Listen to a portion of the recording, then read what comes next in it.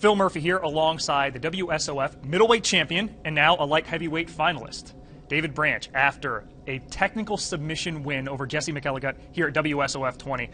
You weren't supposed to fight McElligott first, though. It was Ronnie Marcus. You got a late change. What was your reaction when you found out you get a new opponent in this main event?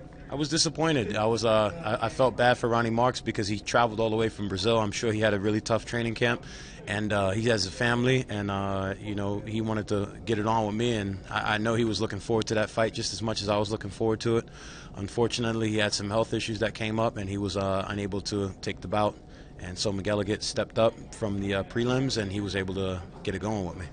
So when you find out that McElligott's in the main event, what did you do to prepare for him instead of Marcus?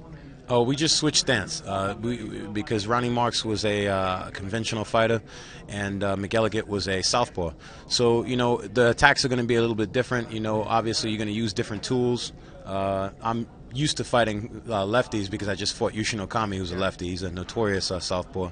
But you just make adjustments. You got him with the Von Floof choke. It's not a submission we see all that often in the cage. When did you know that that was going to open up and that you had it sunk in? When he went for the guillotine choke, I'm not really easy to guillotine. As you can see, when I first won the world title, Jesse Taylor tried to sink in the guillotine. He's notoriously known for having a really good and dangerous guillotine. I don't pull my head out of the guillotine. You put your head into the guillotine so that you relieve the pressure. When you start to pull out, it's almost like a snare trap, okay? It gets tighter, and then you're in trouble. There was no way that guillotine was on. I was just trying to keep his hand in there, so it's kind of like counter offense.